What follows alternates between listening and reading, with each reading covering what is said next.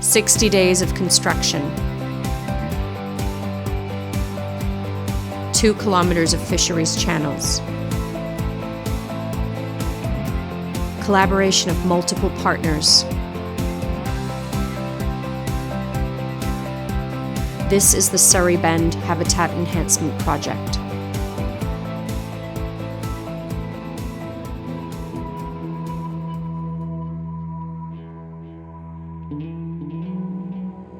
Located in North Surrey near Barnston Island, the Surrey Bend Habitat Enhancement Project created over 2 kilometers of channel that provides rearing habitat for juvenile Chinook and coho salmon. The project partners were Transportation Investment Corporation, Metro Vancouver, and the Musqueam, Coquitlam, Katesay, Kwantlen, Tsleil-Waututh, and Tsawwassen First Nations.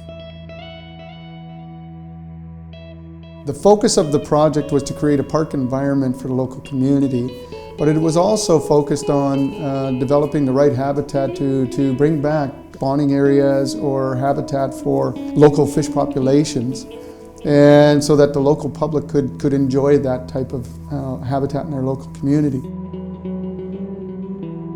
It was a very innovative project. There was the involvement of up to 6 First Nations, essentially regrading and replanting an area that had otherwise been fallow in order to turn it into a usable natural park with habitat qualities.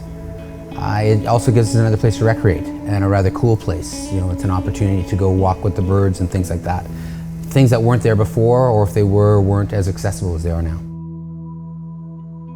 Well, the Surrey Bend project is relevant to all citizens of the Lower Fraser for a couple of reasons. One, obviously the benefits to fish. There's going to be substantial benefits from this project, both to salmon species and other related species in the Fraser River.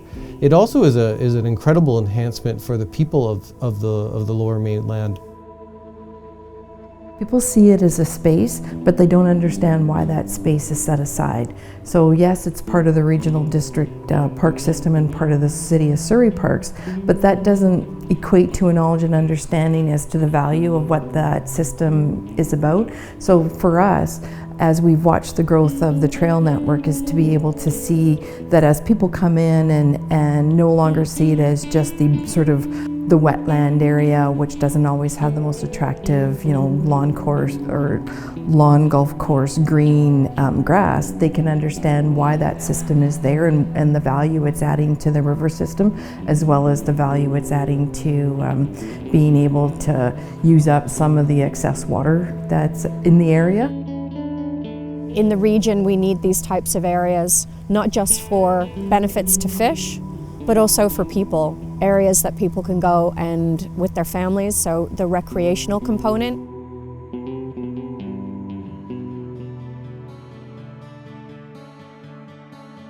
Construction of the project took place over a 3-month period where over 42,000 cubic meters of material was excavated and side-cast into the adjacent berms.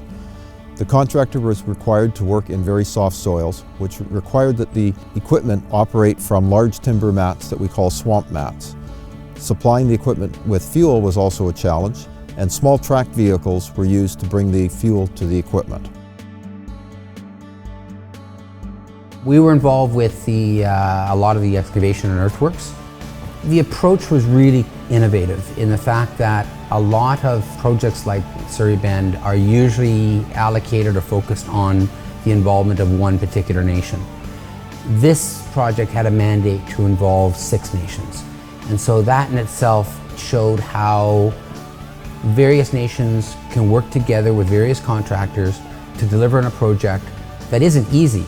Surrey Bend was not a simple project by any means, and therefore come together to produce something that everybody could be proud of. So Leibatosh provided the landscape planting component of the contract. So we were doing, after the TFN MatCom finished with their earthworks, we had our crews coming in to do all the planting of the various shrubs and tree species on the project. Yeah, I think it was an absolute visionary idea.